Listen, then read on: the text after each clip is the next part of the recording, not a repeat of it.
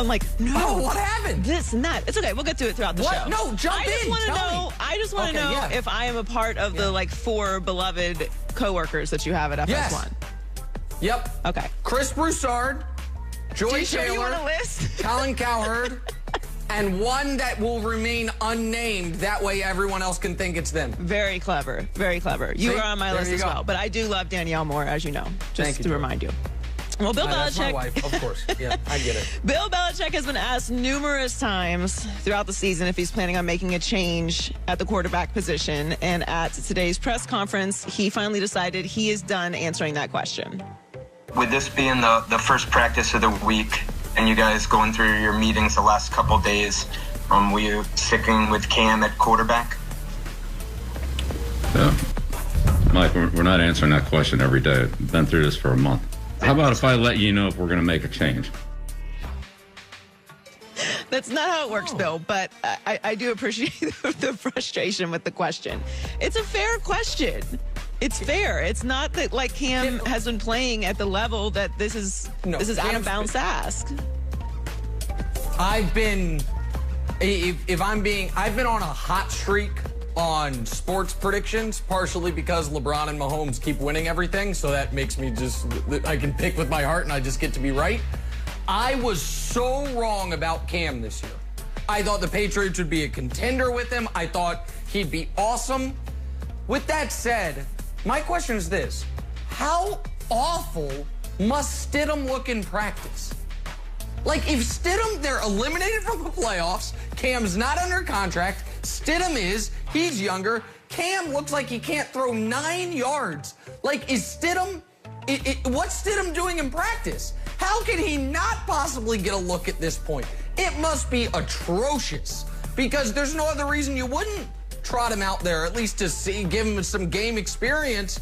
So to me, that's almost more about Stidham than it is about anybody else. And we got a little glimpse of that, Joy, when Cam had COVID and they had to pick a starter, and they're like, hey, dust off Brian Hoyer. Let's see what he can do. See what he can do against the Chiefs. And so Stidham just must not be able to play, man. Like, that's the only thing I can take away from it, Joy. Yeah, it's a fair observation. It's why I thought from the beginning of this whole Tom Brady leaving and Stidham is the future of the Patriots, like, Stidham? Who is Stidham? We haven't heard a peep about Stidham. When Jimmy Garoppolo was behind Tom Brady, we couldn't hear enough about him. So clearly this is not some sort of Bill Belichick conspiracy. He's hiding this unbelievable talent. It's just not there. And I'm with you. We are both big Cam Newton fans. I thought they were going to be a lot better. In all fairness, though, there's a reason Tom Brady left the Patriots. They don't have a lot of weapons. They had 8 opt-outs this year that were very significant. And I really think that people are not giving the COVID situation with Cam the credit that it deserves for how it not only affected their season and derailed it, but it also affected Cam's play. I agree with that. If you were to look at week 1, where he's like, oh, the most dynamic running he's ever been. Week 2 against Seattle, throws the ball better than he's thrown it in 5 years. And then you look at the last couple weeks, it looks like a different person. And in between those, he did get, a massive disease. So I'm not trying to dismiss that, but his shoulder looks weak, looks off to me. It looks like it's a struggle for him to complete any pass. What else we got?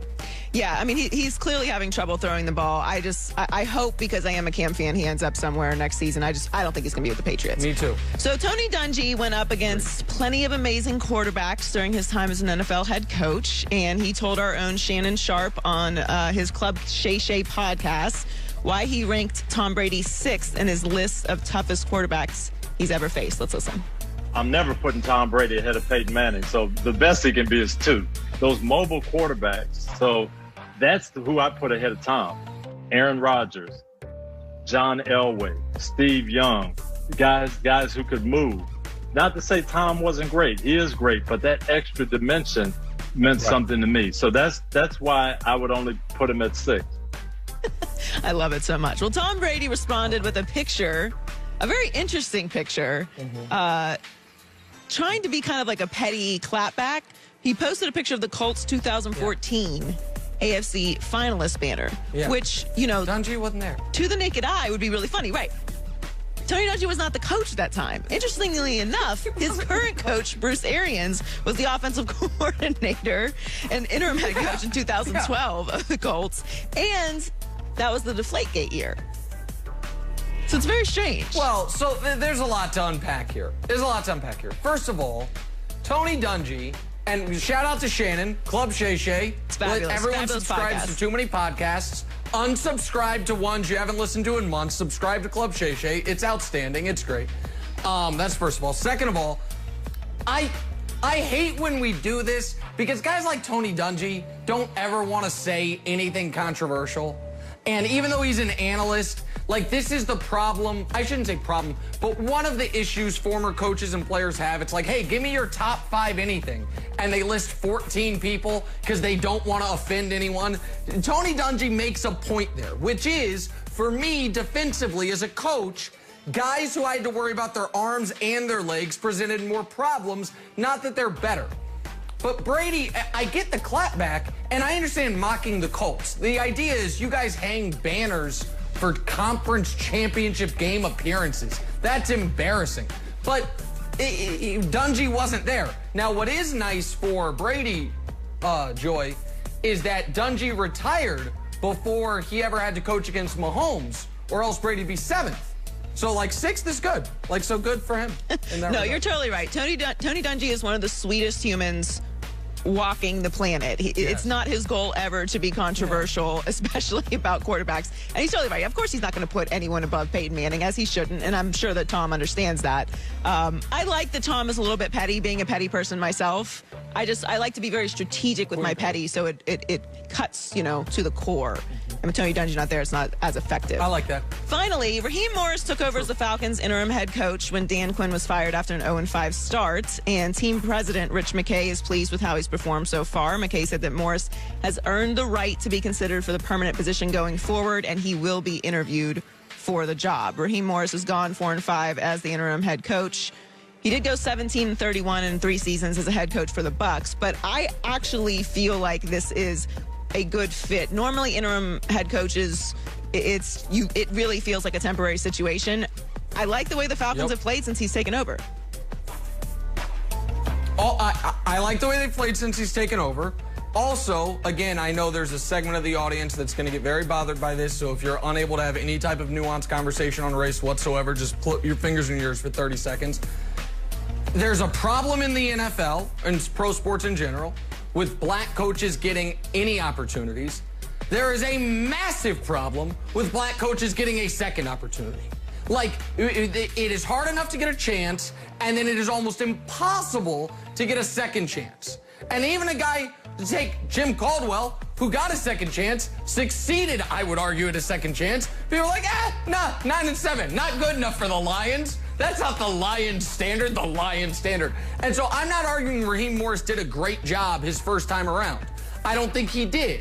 But typically guys who aren't Freddie Kitchens, they get a head coaching job. If it doesn't work out, they get, you go down a level. Sometimes you walk into another job the way Adam Gase did. Typically not, though. You go down a level, learn from it, and then you come back. And so I would like to see another name I'll give, if we're talking about black coaches that I think could be a head coach next year, Leslie Frazier.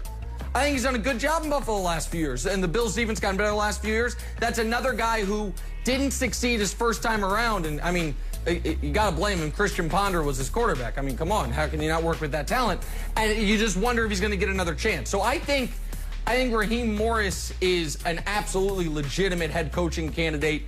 If not with the Falcons, somewhere else, but the Falcons have seemed to respond to him. Yeah, they have responded to him, and everything you said is 100% true. I also just think it makes sense because if you look at the quarterback situation that the Falcons are in, they're going to have Matt Ryan there next year. He's too expensive. They owe him $23 million next year with a $40 million cap hit and $16.25 million in 22 with a cap hit of $41.7 million. So any coach that's going to take over this job, absolutely, your quarterback is going to be Matt Ryan because nobody's taking that contract, and he's still good enough to play with the Falcons. So this is a situation where the culture fits. He knows the team and the players there, personnel have responded to him. So it is a fit and a second chance opportunity that makes sense. Like this is a smooth transition from interim to head coach. Sneakily, good job in this regard. That division could be terrible 1 year from now. Breeze could be gone. Brady will be 44 at that point. And who knows what the Panthers are going to be doing. You know what I mean? Like, the Panthers are not going to be bad enough to get Fields or Trevor Lawrence, obviously. Teddy's fine, but like that division, which once upon a time looked really hard, the Saints, listen, they're all in on Taysom. Have fun. And the Bucks, we'll see. And so I think that could be a really good job in a very winnable division. That's Joy with the news.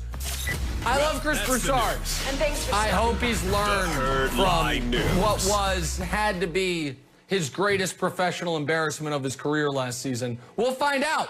My guy, Chris Broussard, joins us next on The Herd.